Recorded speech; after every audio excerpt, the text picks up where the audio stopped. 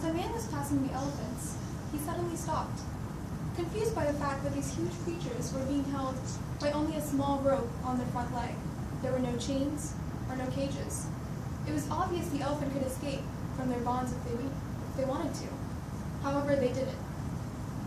He saw a trainer nearby and asked why these animals just stood there and made no attempt to get away. Well, the trainer said, when they were very young and much smaller, we used the same size rope to tie them, and at that age, it was enough to hold them. And as they grow up, they are conditioned to believe that they cannot break away. They believe that the rope can still hold them, so they never try to break free. The man was amazed.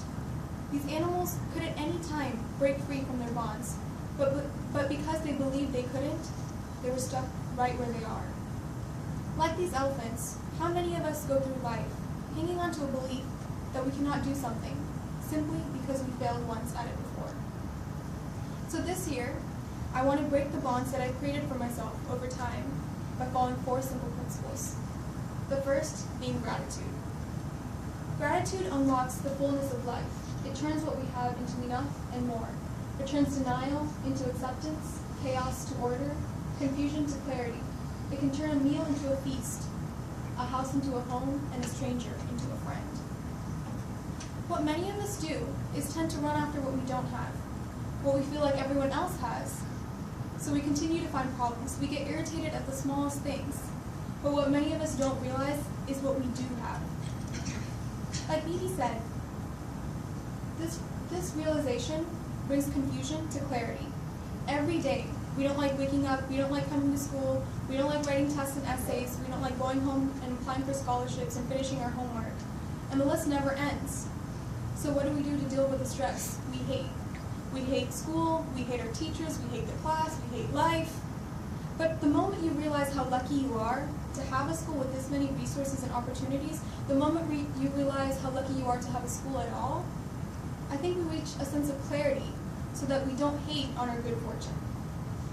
The more grateful you are, your brain will be wired to see the positive in even the most hopeless situations.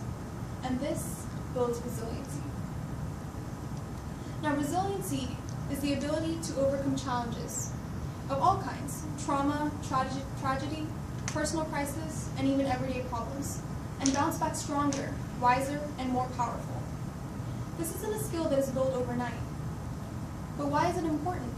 Resiliency is important because what if you, Ayushi, didn't get accepted into medical school on your first try? And what if you, Alex, after you start your dental practice, you start to lose money? Or what if you, Kayla, get rejected by your dream news channel over and over?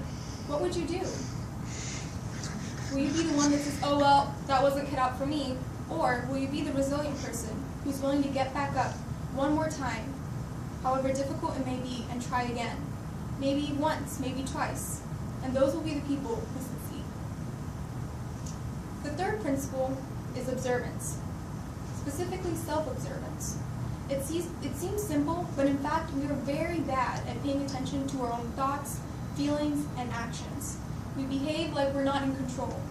But when you put self-observance into practice, we notice that when you put on a show for someone else rather than acting on your own beliefs, you notice when you're smiling when you're actually sad on the inside, you notice when you say you're fine even though you're not, or you may notice that you're thinking negative thoughts about yourselves, make yourself feel insecure.